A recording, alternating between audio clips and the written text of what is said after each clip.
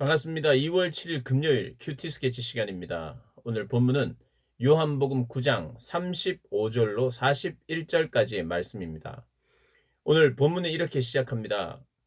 예수께서 그들이 그 사람을 쫓아냈다 하는 말을 들으셨더니 그를 만나사 이르시되 네가 인자를 믿느냐.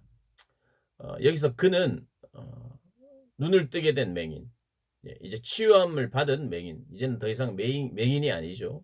시각장애인이 아니죠. 치유를 받은 사람. 그가 쫓겨났다는 이야기를 들었습니다. 어제 본문에 쫓겨났다는 것은 출교를 당했다는 거죠. 유대 사회에서 출교를 당했다는 것입니다. 모든 유대인으로서의 어떤 혜택을 다 잃어버린 상태죠. 왜 그랬죠? 예수님에 대한 믿음을 어느 정도 고백하고 있습니다. 예수님이 뭔가 신적인 능력으로 일을 행했고 나에게 행해 주었고, 그래서 그분은 옳은 분이라는 그런 어떤 고백을 한 것입니다. 어제 본문에 이런 이야기가 나오죠. 그 사람이 대답하여 이르되 30절입니다. 9장 30절에 그 사람은 이제 눈뜬, 그 눈이 치유함을 받은 이전에 맹인이었던 그 사람입니다. 그 사람이 대답하여 이르되 이상하다. 이 사람이 내 눈을 뜨게 하였으되 당신들은 그가 어디서 왔는지 알지 못하는도다. 하나님이 죄인의 말을 듣지 아니하시고 경건하여 그의 뜻대로 행하는 자의 말은 들으시는 줄 우리가 아나이다. 창세 이후로 맹인으로 난 자의 눈을 뜨게 하셨다 함을 듣지 못하였으니 이 사람이 하나님께로부터 오지 아니하였으면 아무 일도 할 수 없으리라. 이런 고백을 했어요. 그러자 출교를 합니다. 네가 미쳤구나. 죄인 주제에 네가 무슨, 이렇게 하면서 출교를 어, 시켰습니다. 출교를 당했죠. 그 소식을 예수님이 들었습니다. 그리고 예수님이 그를 찾아오시는 겁니다. 출교를 당하고 주님에 대해서 뭔가 믿으려고 하고 또 그분을 옳다고 말하고, 아무리 봐도 자기 상식선에는, 자기의 신앙의 상식으로는 음, 옳은 일이다. 하나님은 죄인의 말을 듣지 않는다. 그의 뜻대로 경건히 행하는 그 자의 말을 들으니 예수님은 그런 사람 아니겠느냐 말했는데 출교를 당했죠. 그래서 예수님이 그를 찾아오십니다.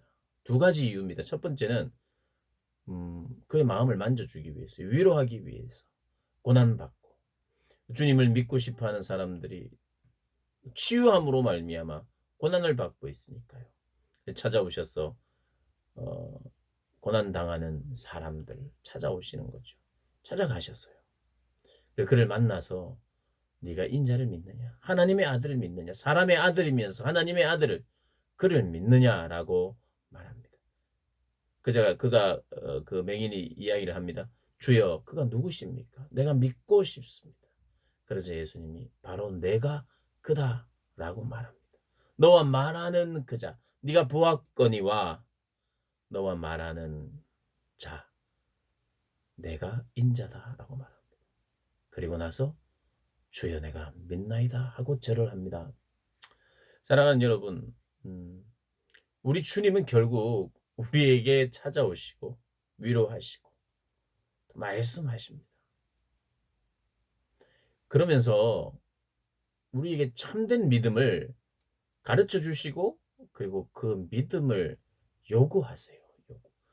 우리에게 믿음을 주시는 분이시지만 선물로 주시는 거죠. 믿어지게 만드시는 분인데 이렇게 묻습니다. 이렇게 네가 믿느냐? 믿는 것은 내가 해야 하는 것입니다. 그것이 어떤 행위가 되고 그것이 나의 공로가 된다는 의미가 아니에요. 내가 믿는 겁니다. 내가 선택하는 거예요.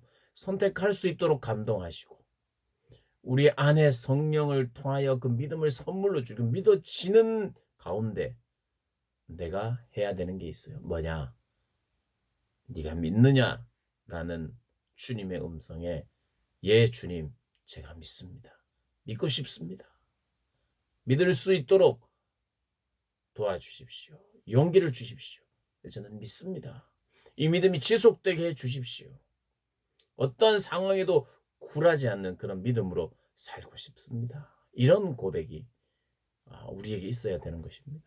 요한복음 전체의 주제는 우리가 몇 번 말씀드렸습니다마는 주님이 누구신지를 알려주시는 거예요. 주님이 누구신지를 알려주고 하나님의 아들이신 것을 믿게 하려고. 믿게.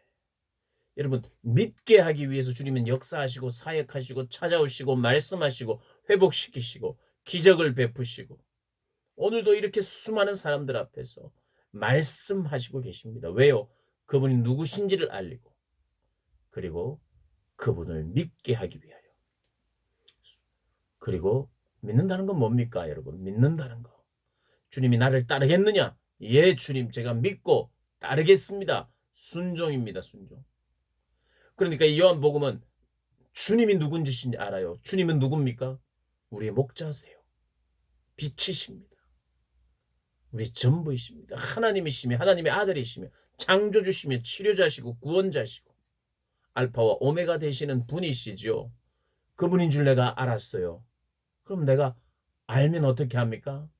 그 아름다움 앞에, 그 영광 앞에 찬양하고 절하지요. 오늘 이게 예배입니다. 오늘 맹인이 절하는 거예요. 왜요? 보게 되었고 그분이 누군지 알게 되었고 그분을 믿게 되니까 당연히 예배하는 거예요. 절하는 것입니다. 절하고 뭐합니까? 주님을 따르는 거예요. 주님께 순종하는 겁니다. 결국 이 말씀은 왜 썼습니까? 요한복음 왜 썼습니까? 우리가 믿고 순종하고 따라오게 하시려고. 그래서 주님의 말씀이 있고 그 말씀을 믿고 믿는 자들에게 놀라운 은혜죠. 그는 눈을 떴을 뿐만 아니라 눈을 떠서 예수님을 만나게 되었습니다. 얼마나 복된 일입니까? 눈을 뜬 것도 기적이지만 그것도 너무 놀라운 일이지만 그가 어떻게 되었습니까? 예수를 믿게 되었잖아요. 이것이 더 큰 사건이죠. 더 크고 놀라운 거죠. 예수를 믿게 된 것. 예수를 믿게 된 것. 가장 큰 복입니다. 그런데 39절에 예수께서 이르시되 내가 심판하러 이 세상에 왔으니 보지 못하는 자들은 보게 하고 보는 자들은 맹인이 되게 하려 함이니라 하시니 내가 심판하러 왔다 그래요. 심판.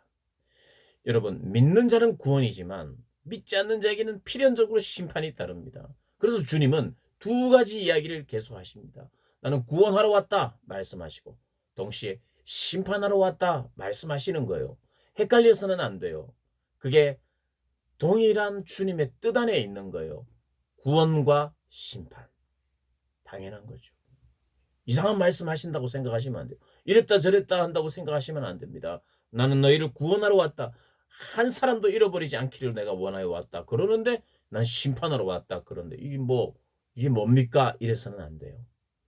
그분의 말씀이 있고 그분의 사역이 있고 그분이 어떤 분이신지를 알게 하셔서 믿게 하고 믿는 자는 영생이요 믿는 자는 구원이지만 믿지 아니하는 자는 멸망입니다. 오늘 본문은 조금 어려운 것 같은데 이런 이야기합니다. 내가 세상에서 못 보는 자들은 보게 하고 보는 자들은 맹인이 되게 하겠다.